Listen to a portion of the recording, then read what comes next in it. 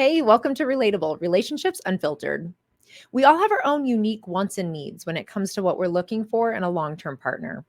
But what if those wants and needs haven't been leading to the sustainable and thriving relationships that we also deeply desire? Joining me today is Rodney Rabbani, licensed marriage and family therapist.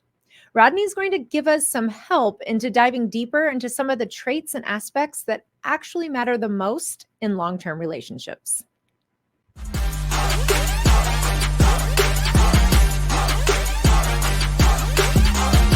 This is Relatable, Relationships Unfiltered. Rodney, welcome to Relatable. Hi, thanks for having me. Absolutely. Thanks for being here. I'm excited to chat with you today. Tell everybody who you are, what you do, what you specialize in. Sure. So I am a licensed marriage and family therapist, and I have my specialty in co-occurring disorders, which is basically addiction. I've come a long way from addiction. So I started out my career working at a drug rehab center, but slowly I got more into discussing and meeting with clients with relationship struggles, premarital, dating, whatever it is. I have a private practice in Beverly Hills now, and most of my clients are millennials who are trying to learn more about themselves, so they can have healthier relationships. Yeah, I am right there with you. And I think we are also the millennials trying to have healthier relationships as well.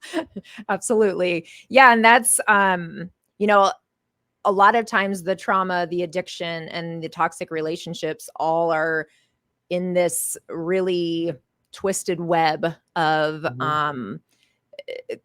similarity, in the sense of so much of it is rooted in trauma triggers and trying to mask the pain and not knowing what to do with the pain. The anxiety and depression that comes from trauma then often leads to the addiction or using relationships to mask that. So that makes a lot of sense that you would specialize kind of in that holistically. Yeah, for sure. So what we're going to be chatting about today is the things to look for in a long-term partner, or if people are already in a relationship, kind of maybe even the things that to work on strengthening to make more of their focus. And a lot of what I talk about, the concept that I've developed, relationship programming or relationship reprogramming, when we really start to do the work to change, is the idea that, a lot of times what we're attracted to in another person, what we're drawn to, the relationships we end up in, is based on this template that we were given in childhood without our awareness, without our knowledge, and certainly without our consent. And this becomes the lens through which we see relationships. And so we tend to be drawn to this same person, just in different skin, over and over and over, without really stopping to assess, like, hey, is this person's attributes or traits or really serving me and what I'm needing in a relationship? So on point. And I think that today's day and age, like the Instagram therapy talk, there's a lot of therapists online on Instagram, and there's a lot of discussion and talk about like attachment theory, or codependency and things like that. But if we were to get a little deeper, it all really comes down to the core of all of it is the same. It's the familiarity of what we've learned from childhood that shows up now in our adult life. Yep, absolutely. And then what I call the survival behaviors, people refer to it as the adaptive child, but it's these traits that we then develop during that time, that were necessary to survive the environment. Like, it was either how we coped with the distress of not getting our attachment needs met, or it is how we learned to get our attachment needs met.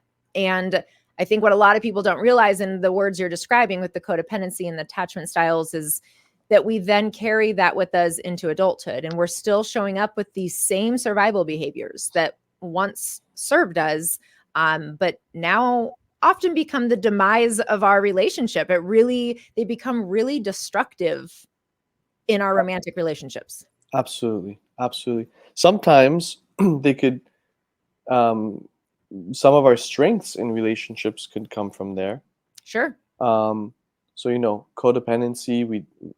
I think, like, again, that's something we've learned or we've picked up on from a young age, um, through parentification and things like that.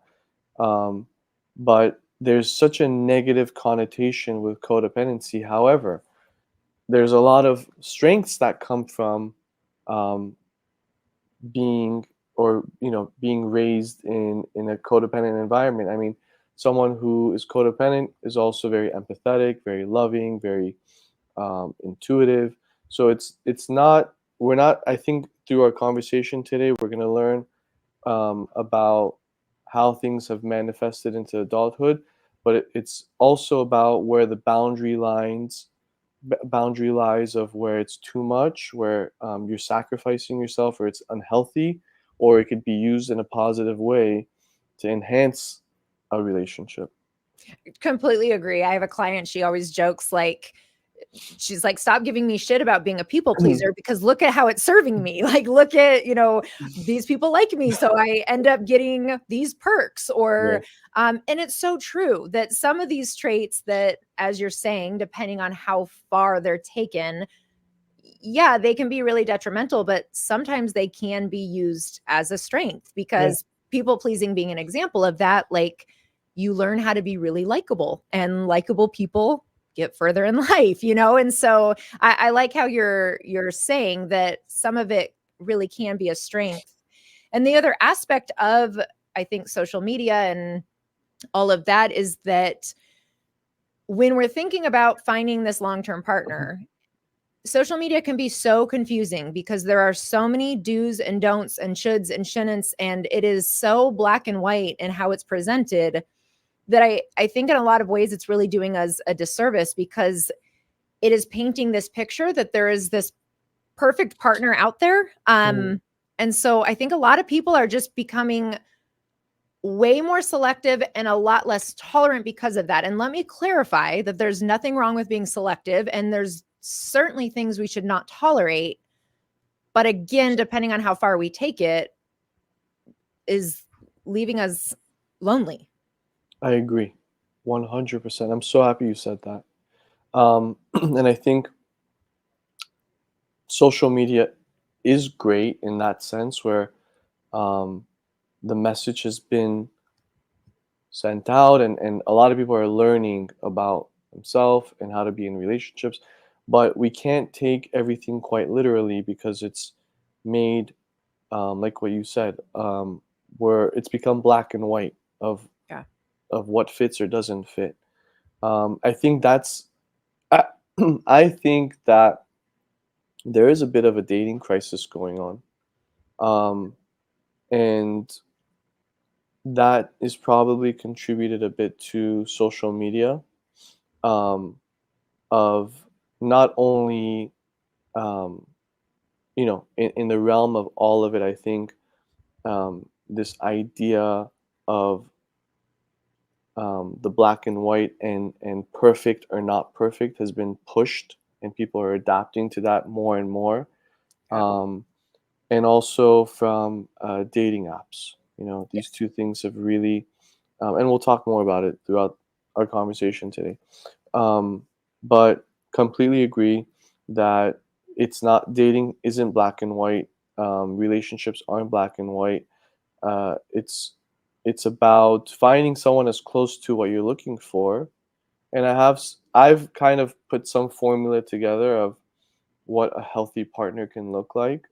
Hmm. It's looking for someone who would fit you, and then the rest is creating that beautiful relationship with that person. So it's not black and white. There's a lot of gray that, you can also work through. Right. And the gray is so hard, holding space for the and that this person can meet most of our criteria and maybe there's a deal breaker and so we can't move forward. Or on the flip side, this person doesn't meet as much of our criteria as we once thought, and once we got to know them better, they actually are really compatible. Part of the dating crisis, as you're describing, I think is because there is so many options. Going on the second or third date, if the first one wasn't perfect, a lot of people aren't doing that. And, unmatching because of somebody saying one thing that, kind of was like, yeah, that was annoying, I didn't like that. I do think that the number of options available are leading to really no options at all.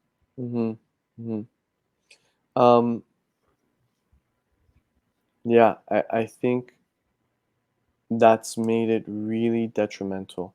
And I'm hearing it from clients all the time how it's hard meeting someone.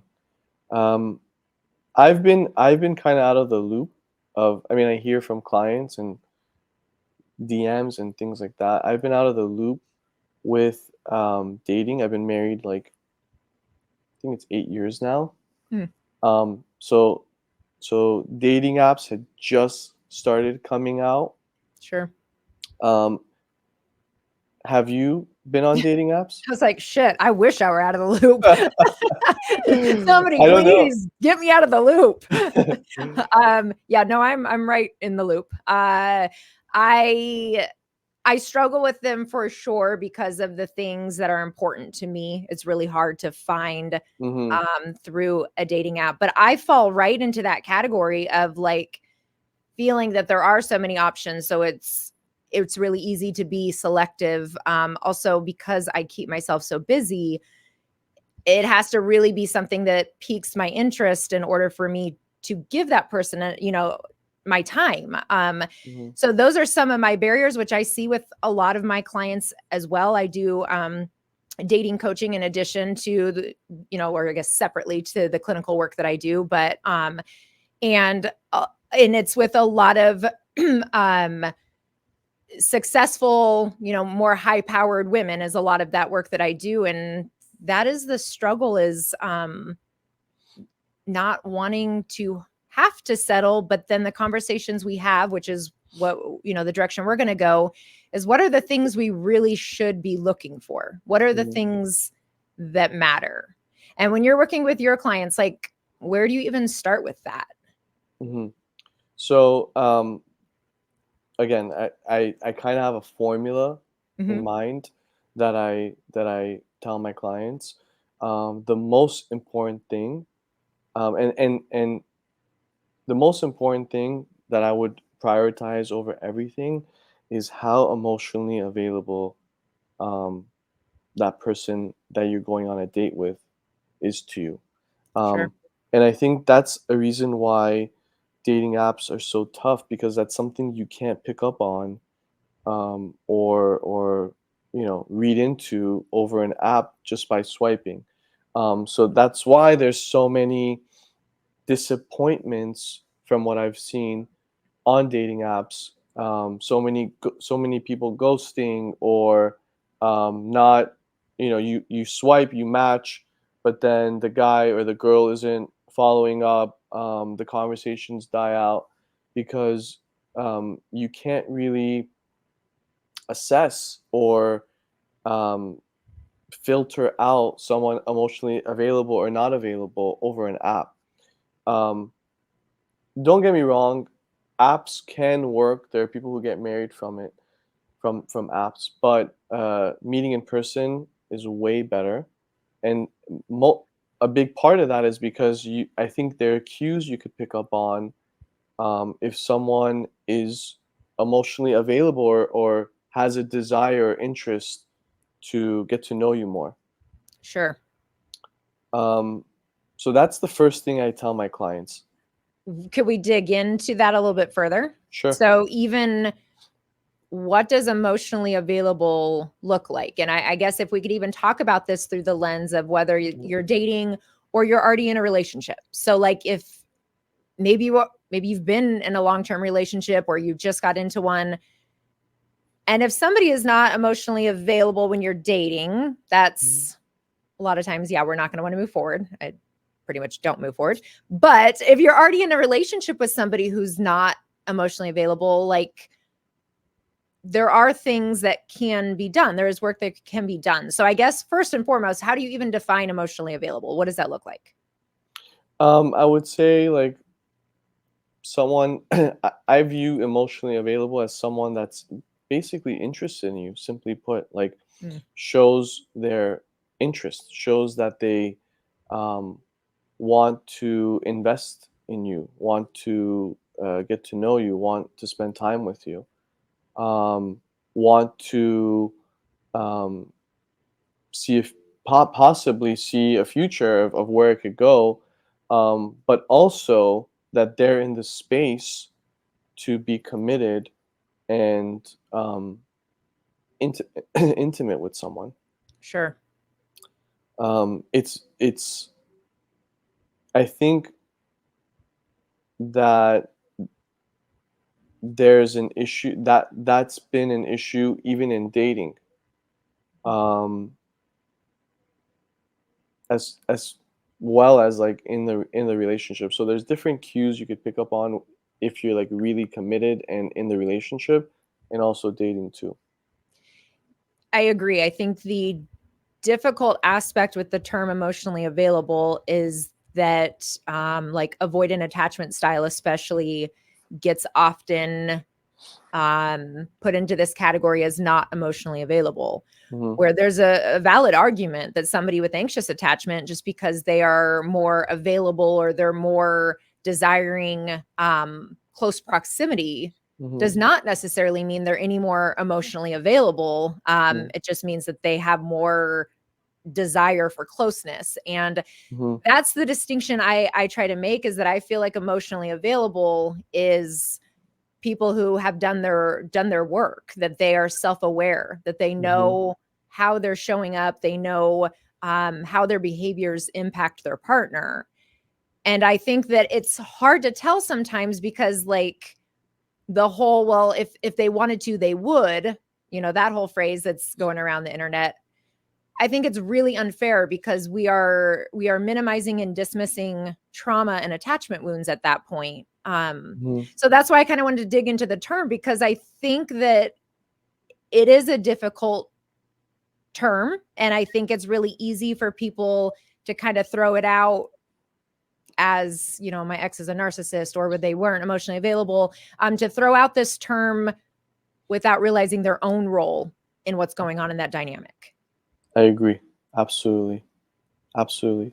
Um, well, like you said, I guess it really comes down to the work that person has done and Yeah. um, how aware they are of their wounds, um, and there's there's a desire to get close in a healthy way. Yeah, absolutely. Okay, what is your second step, or your Sure. So one other thing that I think is really important is um, assessing if your values align with the person. yeah, Um, and I've seen that become a big deal breaker for many people. for sure. Um, Values and goals together, right? Meaning, do you want to have children? Do you want to have, where do you want to live? Or um, what kind of lifestyle do you want to have in the future? These are important conversations to have, Yeah, to see if uh, you and the person you're dating, or that you and the person you're with, can have a sustainable, healthy future together. absolutely. So, What is mm, your beliefs around when there is, when discrepancy does exist?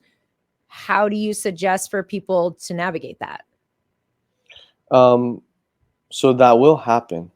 I Sure. mean, just because your values aren't completely aligned doesn't mean it's a red flag and you need to break up. Um, Communication.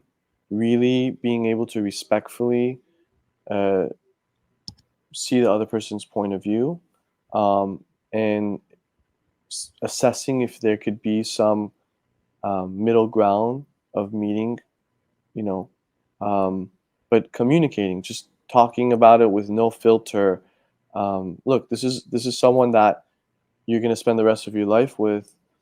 um, it's really important to be very vocal and open and transparent about everything, to see if there's some compromise or some line you guys can meet together. Yeah. And in those, I guess, so talking about it first from the lens of dating, how early on do you suggest having those conversations? I think the uh, day, first 2 dates Mm-hmm. should be purely fun, of like, letting your guard down, seeing if there's you guys can just mesh together, um, not really interviewing one another, of like staying away from the interview process, seeing if there's attraction, Yeah. which is one that actually is also important. I think values, goals, physical attraction, very important. Um, and after the second, third date is when you could start really tapping into those conversations and not making it, again, like not making it like an interview process, but um, just shooting the shit and making conversation of seeing if you guys have similar outlooks Hmm. on life.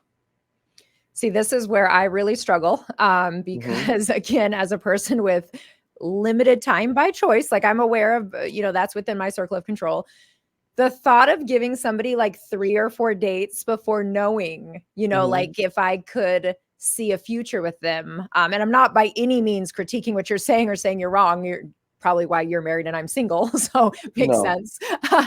But I think that that is like just so it makes me cringe in my soul to think of Mhm. like giving somebody that much time, before knowing. There's some primary things that I generally ask before I even go on a date, which I maybe is not serving me. Um, but how do you help your clients who maybe have that similar struggle that I'm expressing of like, Hmm. yo, Rodney, that's a long time to give to somebody without knowing. Second date, then you bring it up a little bit.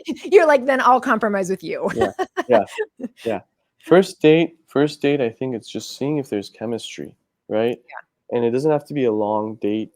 Seeing if you're even attracted to this person, seeing if um look, like seeing if there's some basic things you guys can click on. For sure. Um After the first date, you should have some idea, like, if I want to go on another date with this person or not. Yeah. Fine. Second date is okay too, you Thank know? you. I No appreciate the problem. pass. My pleasure. But you're But right, you're right. I was thinking more along the lines of, for some reason, of like, if there's this, because this is a conversation as well, like, if there's things you wanna share about yourself. yeah. Um, because what I've also seen is when you get too deep early on, right, then it opens up that place of being vulnerable with the person, Yep. and then, like, you've opened yourself up, you've shared all these things, you've talked about, like, your family, your school, or how you want your, outlook of life and all that stuff, and you're vulnerable, and then you get ghosted, right? So I'm thinking more along the lines of like building some type of consistency or trust before you can divulge more information. Yeah.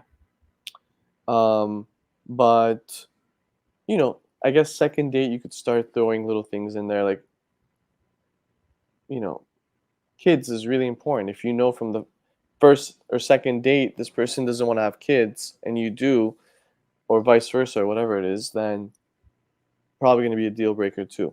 Yeah, that's one of the questions that I'm gonna ask before I even go on a date with you, to be honest. Good. Because I want to ensure that they don't want kids. I have a 16-year-old son and I'm certainly not starting over.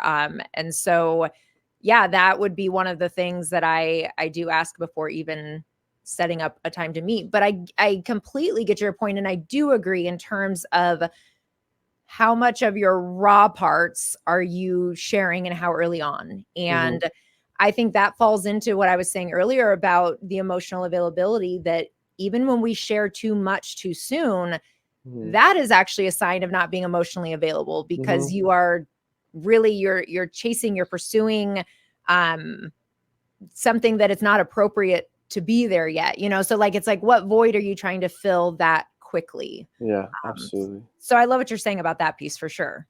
Yeah, yeah. Yes. And then you also have your, um, I'm sure this is another one of those terms that are being pushed or passed around, which which I'm happy it is, but you also have your love bomber Yeah. of showing too much, um, Oh yeah.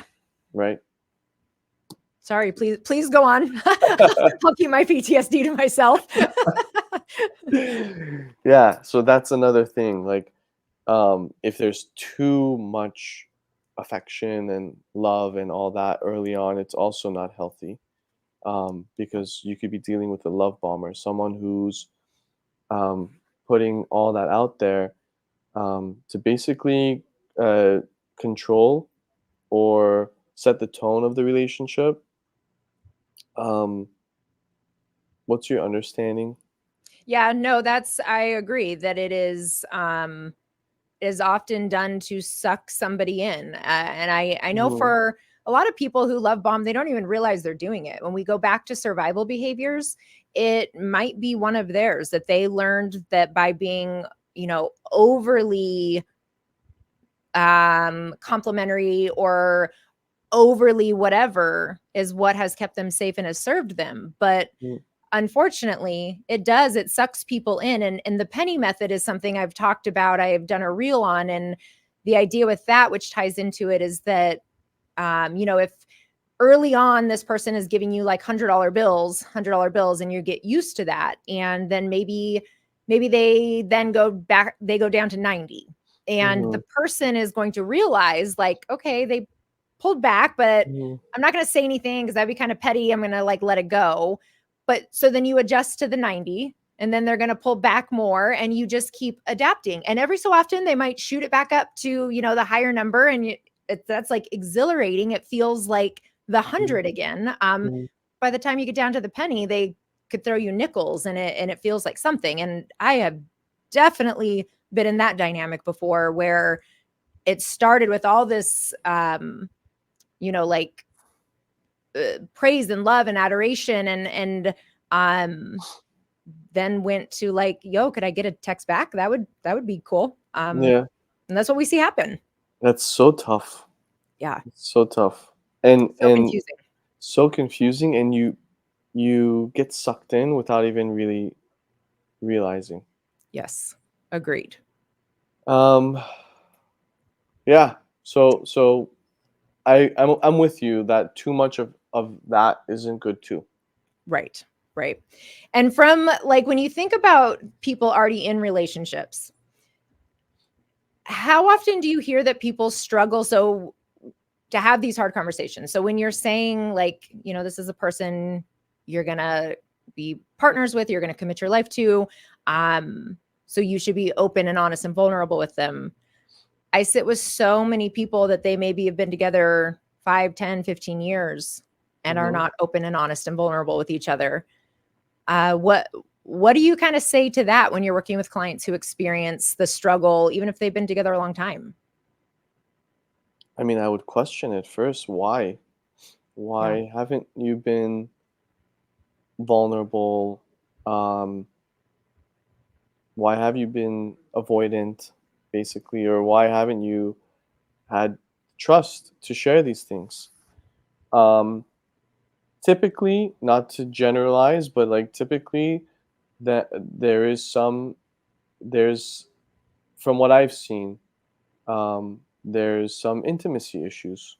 There's some fear of being vulnerable. That's a whole nother thing, which taps back into what we were initially talking about, how Yeah. important it is to do your own work, and how things from childhood could manifest into your relationship later on. So I've had couples um, who've been together for a long time, and they haven't had those difficult conversations. They haven't had that vulnerability with one another, and I've had to, you know, couples therapy is tough on its own, but like bring that out of them individually, Mm, to create a safe place to have those discussions.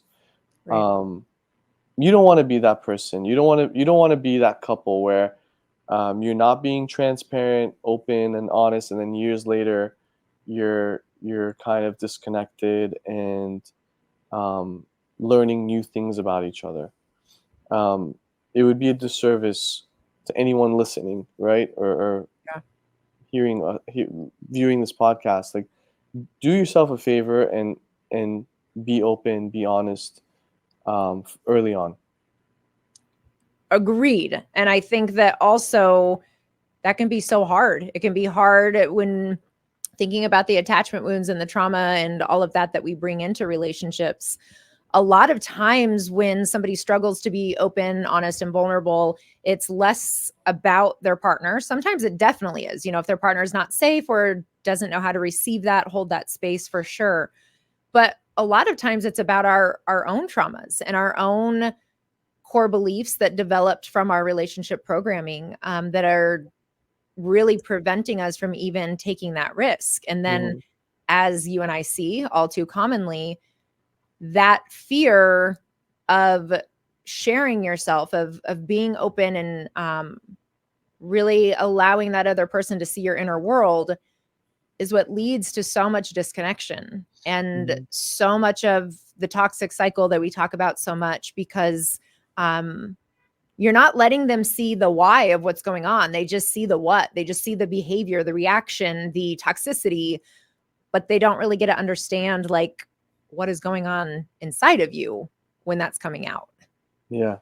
So that's why it's so important for everyone to be responsible and mindful of what shit they're bringing into the relationship, or possibly could be For bringing in sure. the past traumas, the old wiring, whatever it is. The same, I think, the same way that your partner isn't seeing it. Most people aren't seeing it for themselves either. So Yep. we all have we all have to do some type of work to see, because these things really do manifest and affect us later on. Yeah. Great childhood or not, we all show up a certain way in relationships, and it's good to have a handle on how we've been programmed, and how it's consciously or subconsciously being presented in the relationship we're in. Yeah. And then this other piece of the attraction, which I'm glad that you bring that up, because I don't think that it's talked about nearly enough. Hmm. Because I think it's often like shamed and it's looked down on, and people feel bad, whether dating by, deciding who to date based on attraction, but also in a relationship, and maybe they're struggling with intimacy because they're not attracted. Maybe their partner doesn't take care of themselves in the way they used to, and there's a lot of shame around that for people, Hmm. Yeah, unfortunately. unfortunately. and Yeah. and like no, like attraction is so important. It's so important. And like you said, like if even if you're in a relationship years later, right, if you're married and the attraction is gone, you got to spark that up somehow. You got to vocalize to your partner, obviously in a kind, respectful way, of how you guys can get back on that. um and you're right, there is a lot of shame surrounded. Like, my clients tell me about how, I'm getting a bit older, and my family and friends are telling me I need to settle down and not care about looks so much. The guy is, he's financially stable. He's a nice guy, but I'm not attracted. And um, people keep telling me to go out with this guy, and my answer is fuck no. Sorry, like No, fuck no is right. fuck no. Yeah. Like it's you're gonna waste your time. Like it has to be there.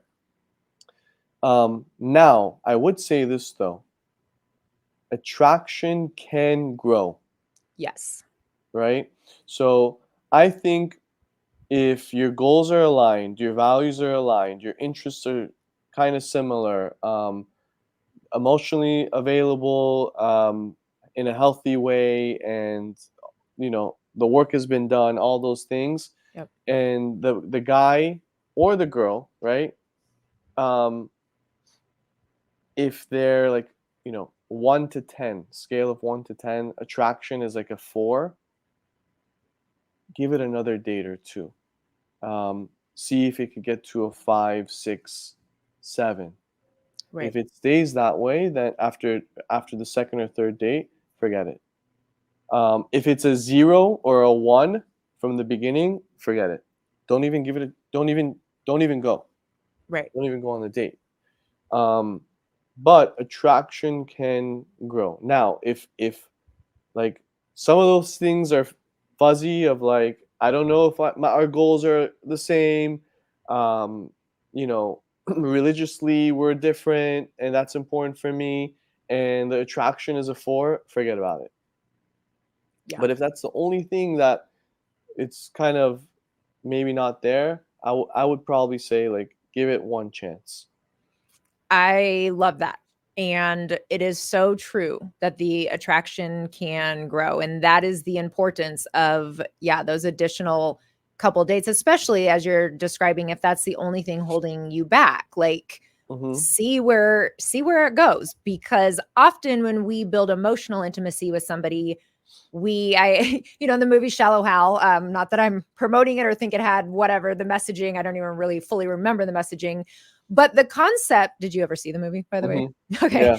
But I think the concept is so accurate that, like, when we then have this lens on for somebody, that maybe is just completely like average or not attractive to other people, but when we build emotional intimacy with them, or when we have this other type of connection, Mm-hmm. we see them as something totally different. Like, it can Mm-hmm. grow to that.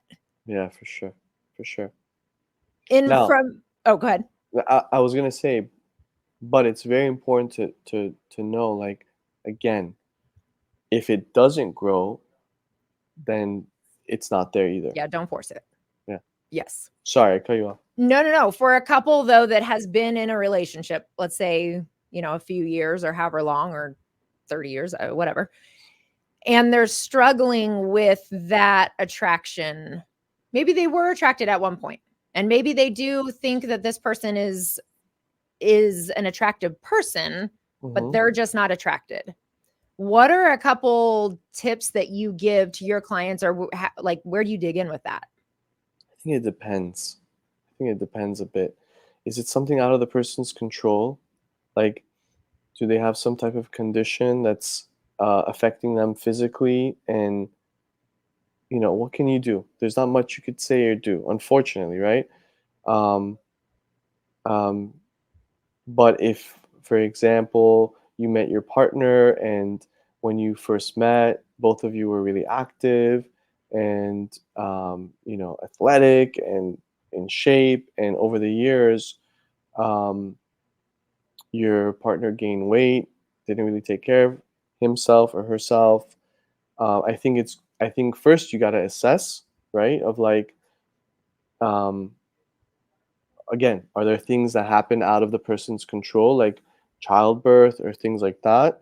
Um, and then possibly have a conversation surrounded, uh, not directly about the um, physicality, but again, values and goals. Like, listen, when we first met, like, it was really important for me that we both worked out, we both um, were in shape, we both cared about like being healthy, and I've noticed those things have fallen off.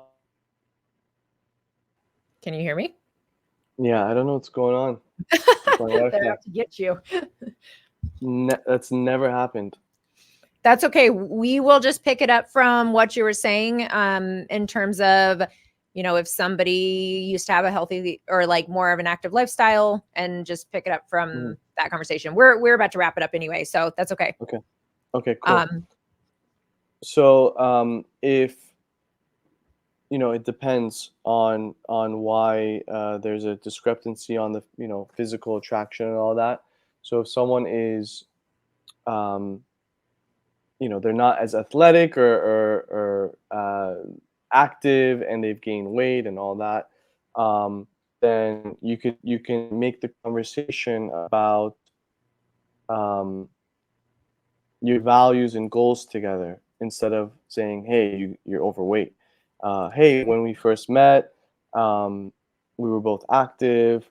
That's something I loved about you. That's something I appreciated about you. We hike together, X, Y, and Z, and have a conversation surrounding that. But again, it's very important, even in a long-term relationship or marriage, that the physical attraction is still there. Yes, it is. And it does not make you vain or shallow or a bad person because you want to be attracted to your partner. That it is such an important ingredient in the full and a thriving romantic relationship, for sure. Yeah. Rodney, thank you so much for all of your insights today. I really appreciate you being here. Where can people find you online, social media? Where can you be found? Sure. So I have my own social media page on Instagram, Rodney Rabbani. I also have a counseling center where we see affordable, clients who need affordable therapy. It's called Revive Counseling Center. But besides that, I have a Facebook group called Question of the Day, and that's about it. Well, very good. And go check out his page for sure. You have great content on there, and I appreciate everything you're doing and everything you're putting out. And thank you for being here. Thank you so much, Liz. Thank you for having me. Absolutely. And thank you all for hanging out on Relatable Relationships Unfiltered. Make sure to subscribe to our YouTube channel, sign up for my newsletter, and find me on Instagram at Dr. Elizabeth Fedrick.